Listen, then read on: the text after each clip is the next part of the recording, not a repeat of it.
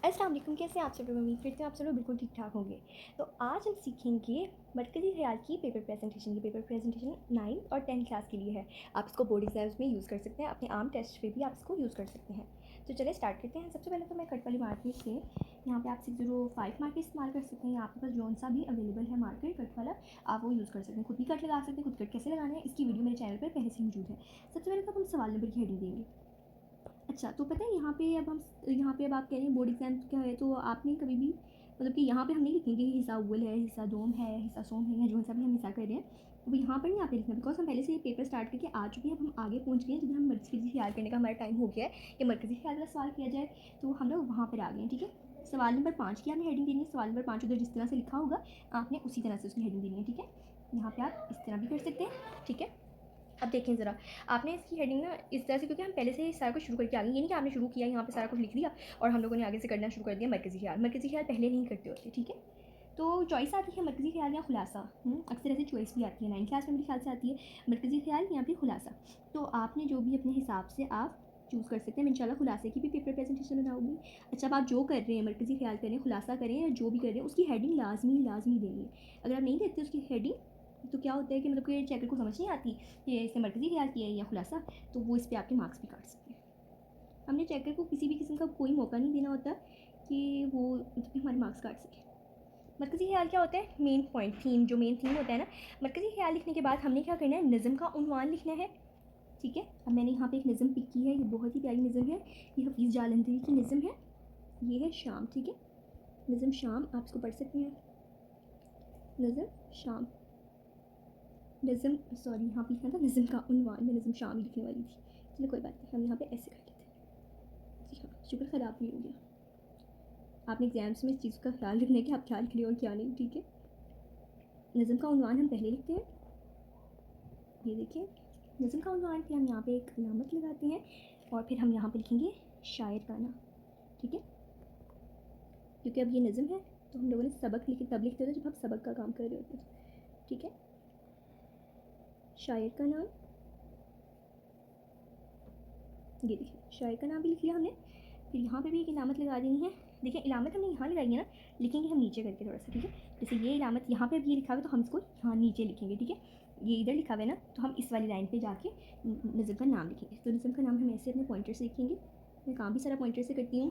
Pen की ink जो होती है वो थोड़ी फैलती है, बट आप पेन से भी काम कर सकते हैं, उसमें कोई मसला नहीं है। ठीक है, आप क्या कर सकते हैं कि थोड़ा सा प्रोमिनेंट करके अपने मार्कर से भी लिख सकते हैं। जैसे अगर आप लिखना चाहें मार्कर से, तो आप अपने मार्कर से भी लिख लें, थोड़ी सी इसे टिप क्लियर करके लिख लें ताकि वो वाज़ी हो जाए। ठीक है, देखिए अब ना शायर का नाम जो था वो मैंने ना फिर से मार्कर से ही लिखा है। ठीक है, हफीज़, अच्छा जिसका नाम हफीज़ है वो अपना नाम ऐसे लिख लें।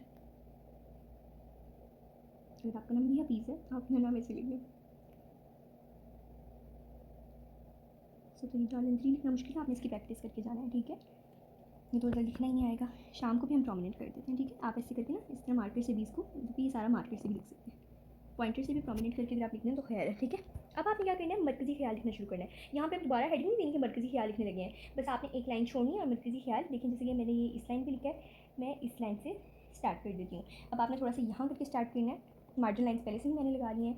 तो अब हम क्या करेंगे, अब मैं आपको इसकी लेंथ भी बताऊँगी। ठीक है, इसकी लेंथ है, आपने 9th क्लास में क्या करना है, आपने इसकी लेंथ जो है वो सिर्फ और सिर्फ मैक्सिमम आपने 2.5 से 3 लाइन, और मतलब कि मिनिमम और मैक्सिमम होनी चाहिए आपकी जो लेंथ, जो मैक्सिमम लेंथ है वो सिर्फ और सिर्फ 4 लाइन्स होनी चाहिए। 4 लाइन्स के बाद आपने आगे कुछ भी नहीं लिखना, आपने आगे एक लफ्ज़ भी नहीं लिखना। जैसे अगर आप नज़म लिख रहे थे तो आपने नून ज़ाद लिखना भी नहीं लिखना।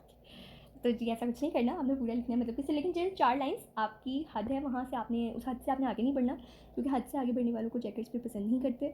मतलब कि वो ओवर पेपर नहीं चेक करते। अगर आप ओवर पेपर करते हैं कि चले चेकर वो मेरा ओवर जो मैंने लिखा है वो चेक कर लेंगे। यहाँ कुछ बच्चे होते हैं जो पेपर में ना दुआ लिखाते हैं कि अल्लाह ताला आपको मतलब कि बहुत खुशी रखे, आप मुझे पूरे मार्क्स दे देंगे इस वजह से। तो ऐसा भी चेकर पे ऐसी चीज़ें कोई काम नहीं करती, बल्कि वो आपका पेपर ख़राब हो जाता है। ठीक है, इस नज़म में अच्छा अब जो मैंने लिखा हुआ है वो मैं, आप देखें, अब आप पेन की राइटिंग की तरफ ध्यान दें कि मैं किस तरह से कर रही हूँ। पेन की राइटिंग की भी आपने प्रैक्टिस करनी है, ये नहीं कि आप देख रहे हैं और कल जाकर पेपर कराएंगे, ऐसा कुछ नहीं करना। पहले अभी बैठे हैं आप ऐसे ही मेरी तरह बैठ के, आप मतलब कि ये देख देख के प्रैक्टिस करें साथ साथ मेरे। और फिर आप करेंगे।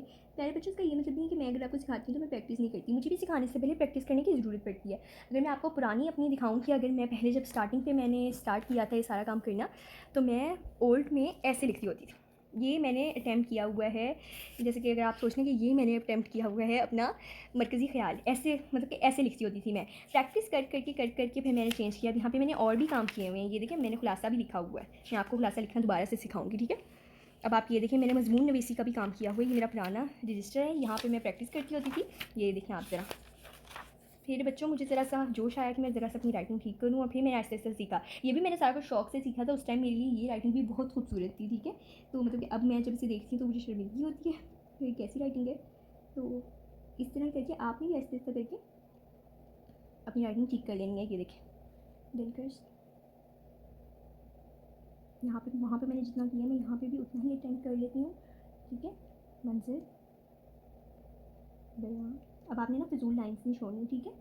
अगर आप फिजूल लाइन्स छोड़ेंगे तो क्या होगा कि मतलब कि चेकर पे अच्छा इंप्रेशन नहीं पड़ता, ठीक है। आगे मतलब कि किया गया नहीं किया, यहाँ पे आपने काफ़ी नहीं, ठीक है। चलिए कौन सा पेपर कर रही हूँ, गया है, ठीक है। अब देखें ऊपर वाले वर्ड्स इतने ज़्यादा ना लटके हों तो नीचे भी साफ़ सुथरा लिखा जाता है, बट अगर आप ऊपर ज़्यादा लटका देते हैं वर्ड्स को तो नीचे लटकाएंगे तो फिर वो नहीं से लिखा जाता, ठीक है। किया गया है। शायर बयां करते हैं, मतलब कि बहुत ज़्यादा मतलब आपने सिर्फ मेन बात ही बतानी होती है कि इसमें क्या पता चल रहा है हमें, ठीक है। शायर बयां करते हैं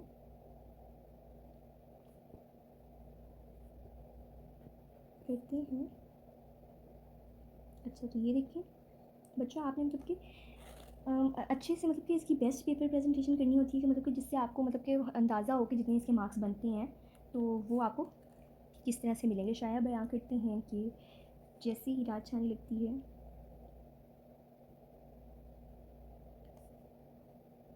आज मैंने थोड़ी सी लेट हुई हूँ इसलिए अपलोड कर रही हूँ, क्योंकि आज मैंने आपको बताया था कि फ्राइडे के दिन की अपनी मसरूफियात होती हैं, तो फ्राइडे को वीडियो अक्सर लेट हो जाती है। और इसी के साथ साथ जब तक मैं ये लिख रही हूँ तब तक आपने अगर अभी तक चैनल को सब्सक्राइब नहीं किया तो जल्दी से सब्सक्राइब कर लें, ताकि और बेल आइकन की नोटिफिकेशन को भी ऑन कर दें, ताकि जो भी मैं वीडियो बनाऊँ वो आपको मतलब कि पहुँचती रहे। जैसे ही रात छाने लगती है, दिन की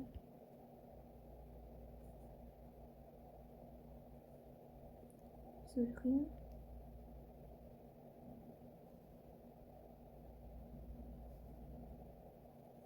सुर्खियाँ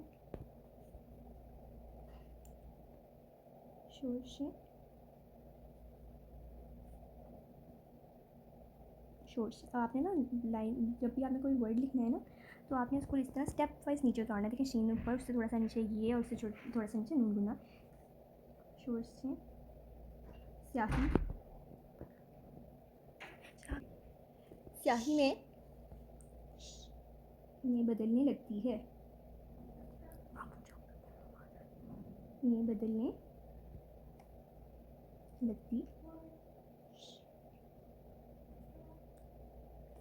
है। ये देखिए, तो जी मेरा 3 लाइन्स पे ख़त्म हो चुका है। आपने अगर यहाँ पे आप मैक्सिमम एक 4th लाइन भी लिख सकते हैं। अब हमने क्या करना है, मेकअप।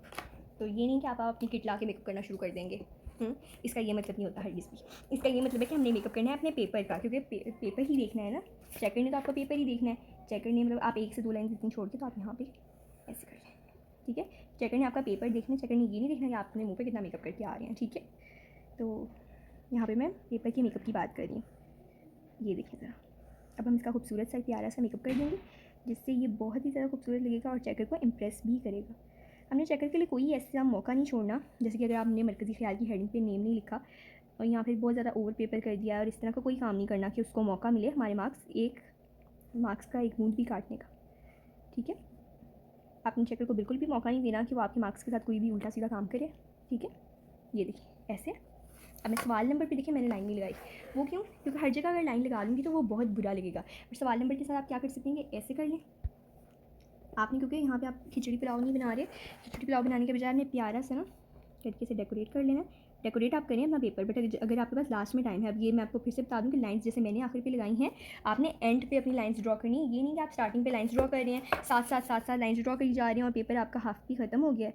कुछ बच्चे ऐसे करते हैं और फिर जिनसे उन्होंने सीखा होता है, जैसे मुझसे सीखा है और मैं आपको साथ साथ ये भी बता रही हूँ, बट क्या होता है फिर भी कुछ बच्चे ये करते हैं कि मतलब कि इसकी वजह से हमारा पेपर इस तरह से ख़राब हो गया और ये और वो, तो इसलिए मैं आपको साथ साथ बच्चों बता भी रही हूँ कि आपने मतलब कि लाइंस लास्ट पे ही ड्रॉ करनी है। तो ये है मतलब कि हमारी जो पेपर प्रेजेंटेशन की फ़ाइनल लुक है ये हमारे पेपर की। तो आपको ये कैसी लग रही है? तो फिर अपना बहुत सारा ख्याल रखें, मुझे दुआ में याद रखें।